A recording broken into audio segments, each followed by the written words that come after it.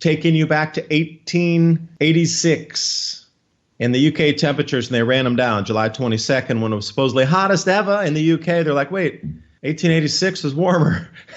You forgot the further back records, news media. Adapt 2030 Mini Ice Age Conversations covers changes in our climate due to a new and intensifying grand solar minimum. In the media, overlooking, downplaying, or burying cold weather changes occurring on our planet. This is in order to keep the global warming agenda steaming full speed ahead.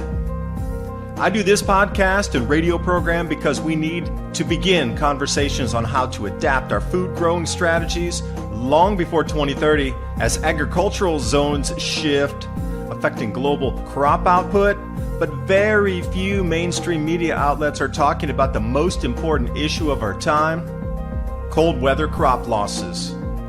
Our sun is going through a 400-year cycle, which has effects on our weather patterns as our magnetosphere weakens and the jet streams go out of flow. It's not CO2, it's not you, it's the sun. Are you ready to thrive in the grand solar minimum? Then join me for Mini Ice Age Conversations. I'm your host, David Dubine. Welcome to the show. Good afternoon, good morning, good evening, wherever you are on the planet. Mini Ice Age Conversations, the podcast, the radio program, and the Adapt 2030 channel on YouTube. It's about trying to interlock the cycles from not only our sun and our earth, but the solar system, and then the spiral arm of our galaxy. And how does this electrical interaction and magnetism interact to create cycles? They're electromagnetic, they're on frequency, and they're mappable. We're just starting a new cycle again here. We're into it. We're in the entry phase of a new cycle. So you're going to have three choices here of check the box, which one it will be. Now, I've been in firm belief in the beginning of my channel, it was a 400-year repeat of the Maunder minimum. We're taking a look at a lot of temperatures now, and so many temperature records, especially right now, are breaking anything that's ever been recorded back to middle 1800s standard now. Before, a couple of years ago, there was a lot of records being broken back to the 1920s, 1910s. There was an occasional 1899 record. But now everything that's being said, and this is strange, in the summer for cold, smashes everything recorded. And, there's good records going back to the 1860s. And then we have the heat records being equaled in the UK. With this cycle that we're going into, especially in the UK, everybody's talking about the heat in Europe, and that's great. I understand it's hot. We're having some serious anomalies going on with our jet streams.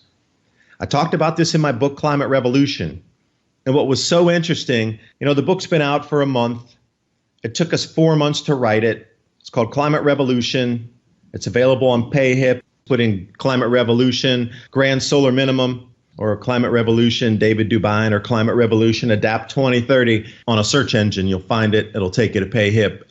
In the section about the jet streams going completely out of flow and the new phenomenon called the equatorial vortex that was pretty discernible, or they even gave a new name in 2015.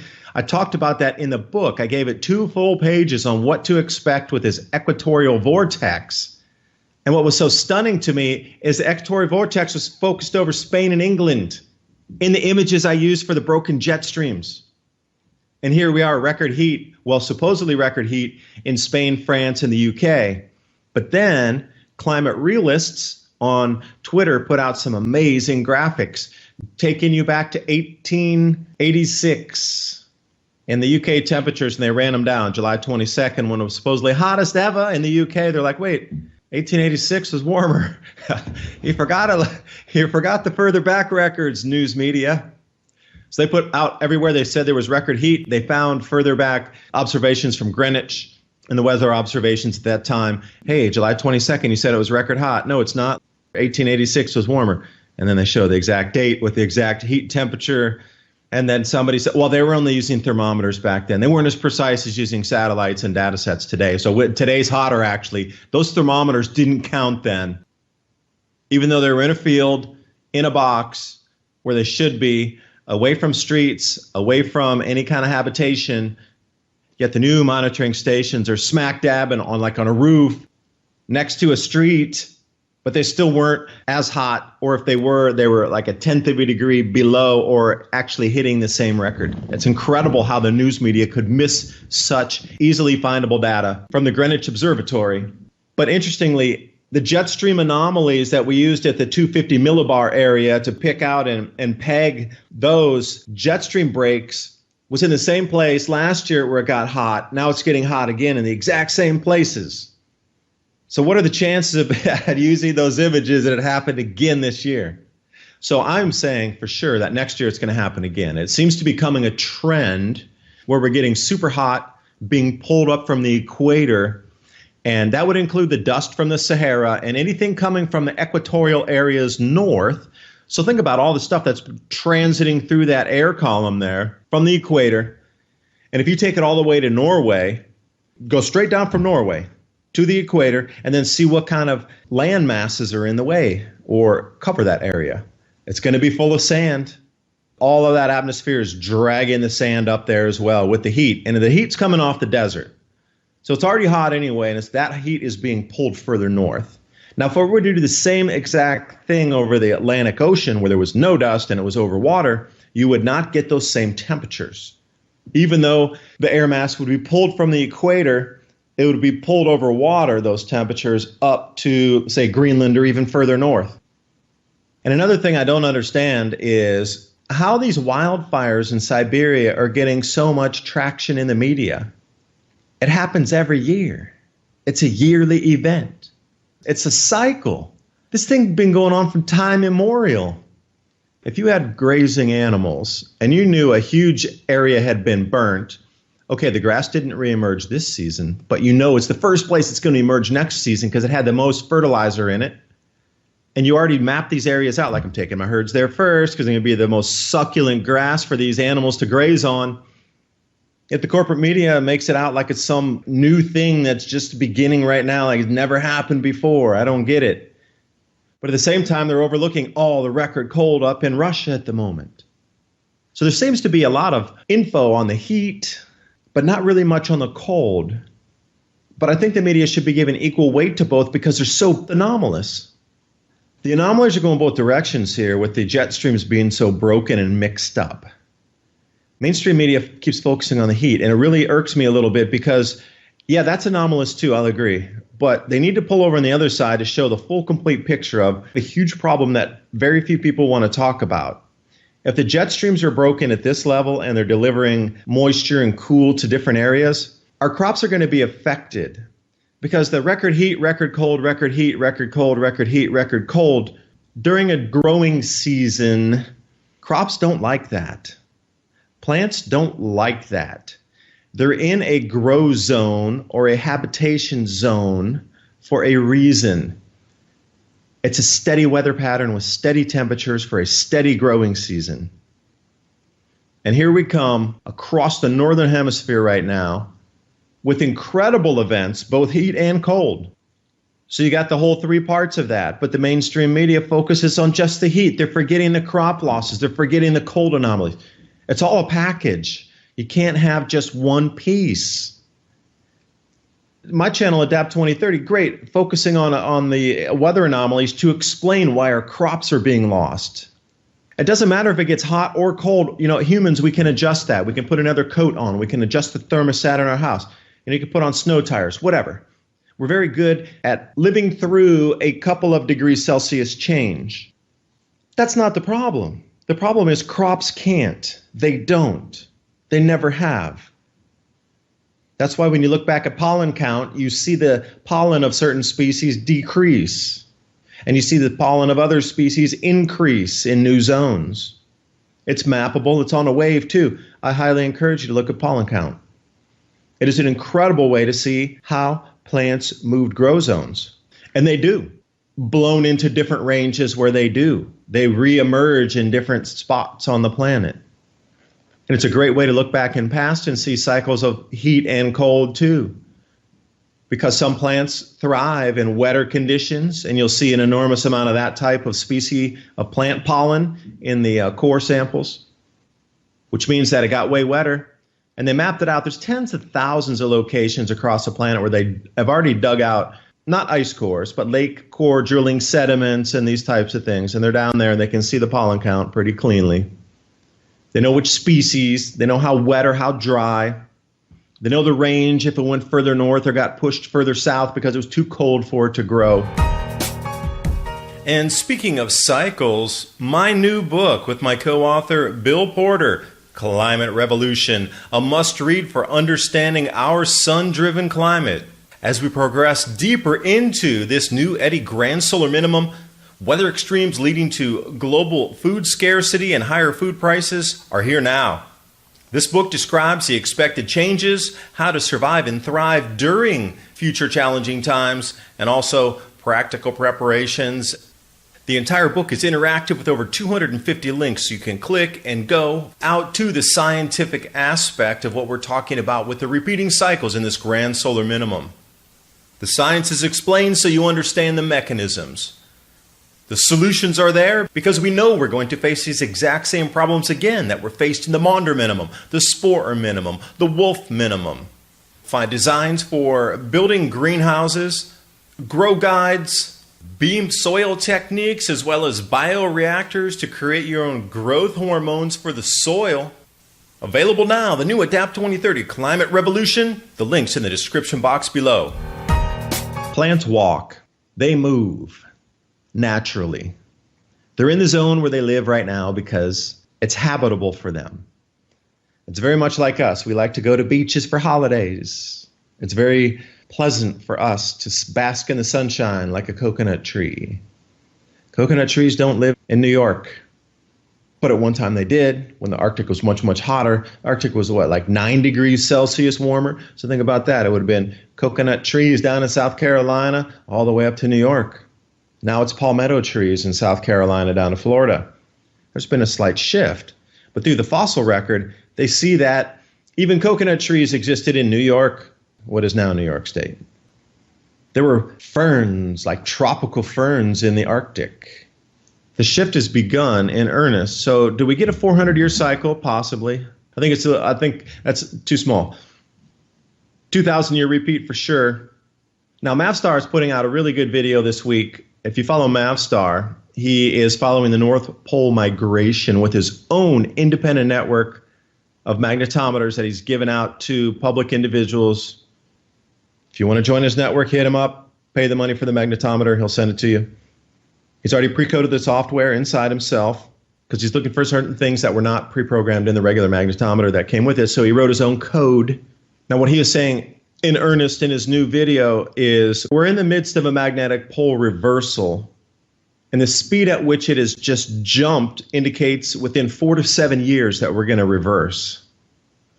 This would kind of explain why every forecast given out for a grand solar minimum is way too generous at 400 years. It's way too conservative. Like the things that were predicted for the 400-year cycle were not supposed to occur until 2023. The weather you're seeing now and experiencing would have been the build up into 2021, 2, and 3. So it's occurring a couple of years beforehand. Now, with this exponential increase years before forecast, it's going to exponentially increase again. So this linear trend of movement into and the step down into this grand solar minimum, I think, is being amplified by this magnetic pole excursion. The magnetic field on our planet is weakening faster than anticipated. And, Swarm from the European Space Agency, NASA, anybody monitoring magnetics on the planet, the Japan Meteorological Institute, nothing's forthcoming anymore. They stopped all the data feed. But Mavstar has his own network out there. So he has just shown that it looks like the North Pole is now over Asia, magnetically, not physically, but magnetically. So think about the jump of how many miles that would be, and then take a look at the weather across the planet on how far out of sync the weather is where it should be. So there's this graphic he's pointing to in another peer-reviewed research above 10 magnetic north.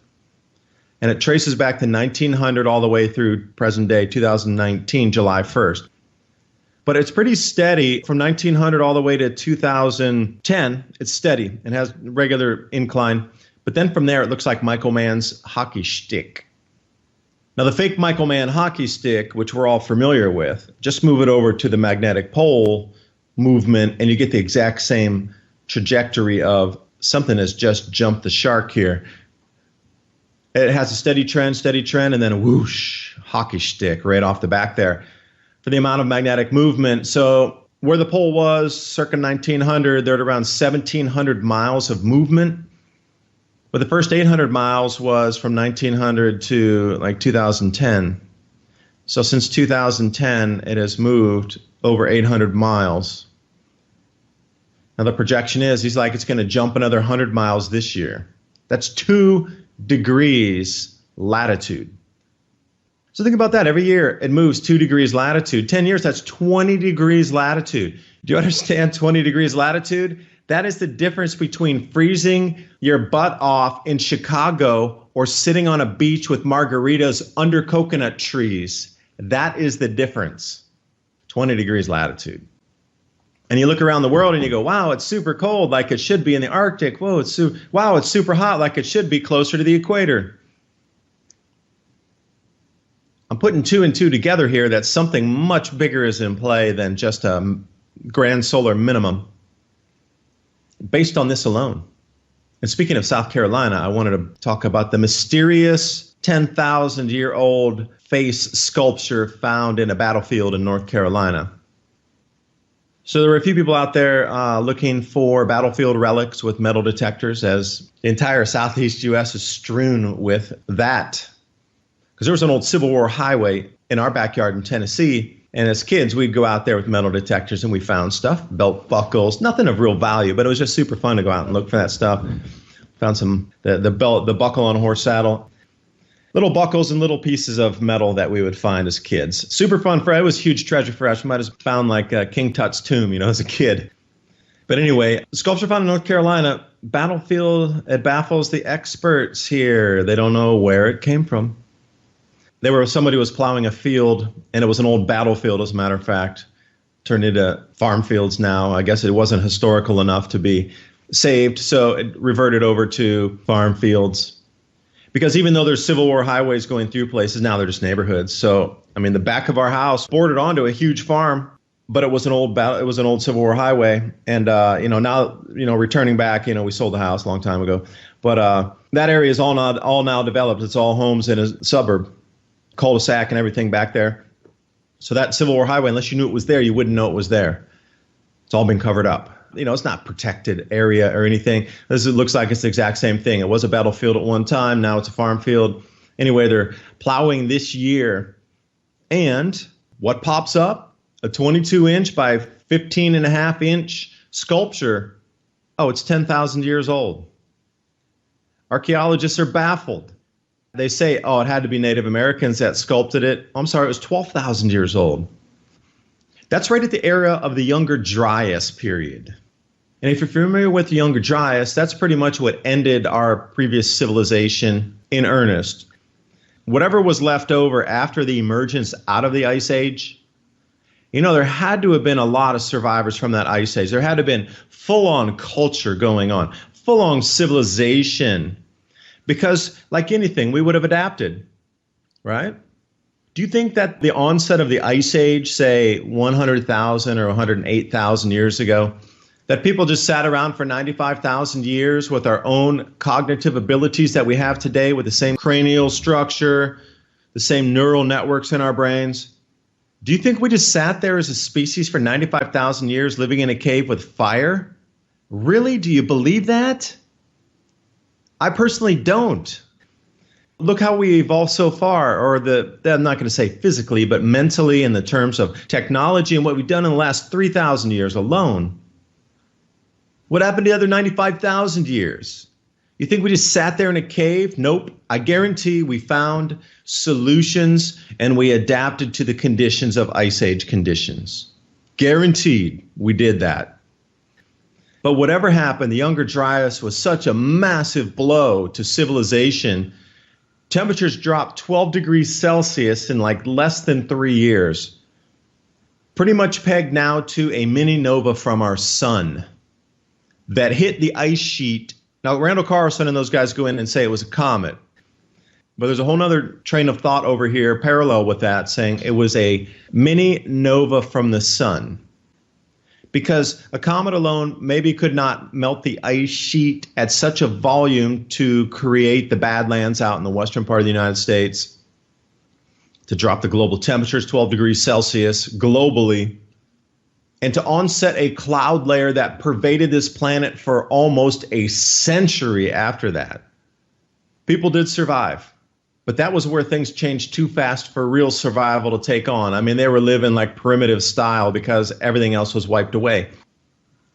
So where's this sculpture coming from 12,000 years ago? They say it looks something very similar to what they have found in Siberia. Now they're trying to say, hey, it's the Chronicle of North Americans. But then there's others out there saying, well, it looks like something, again, from Siberia. And I encourage you to take a look at the sandstone sculpture out of the Office of State Archaeology from North Carolina. So what happened in our ancient past? Did a magnetic pole reversal indeed occur at the exact same time that the Younger Dryas occur? And were they coupled together, this magnetic pole reversal and the effects on the sun? Was it the sun that flipped or did something first that caused the magnetic reversal on our planet? Or do they occur in conjunction? Because the magnetic field of our planet alone is not, the sun overrides ours. It is so much larger, million times larger than the Earth. And we are in the beginning 1% of the effect of electromagnetism from the sun. We're at 1 AU. The sun extends out 100 AU in terms of its intensity and effects electromagnetically. 100 AU past us and it's still felt at the edges. We're in the top 1% of effect. We're so close to that sun, 1 AU. So something electromagnetically on the sun had to have happened, and then in turn, something happened on the planet. So it's really interesting that all astrophysicists say we're going into this mini ice age grand solar minimum event. Now, the hair is split between solar cycle 25 or 26, but everybody agrees it's happening, something unusual. At least they're in agreement of that. So we all agree something unusual is happening on the sun that hasn't happened in 400, 2,000, or 4,000 years. And suddenly we're getting something on our Earth in a magnetic pole reversal that has not happened in how many tens or hundreds of thousands of years? Unusual? Connection? Coincidence? Not sure. But whatever's happening, it is affecting our planet at the moment. And I wish the news media, corporate style, would take into consideration all things happening, not focusing on one to drive an agenda. This video is brought to you by our friends at TrueLeafMarket.com. Heirloom and organic seeds for any grow zone on our planet.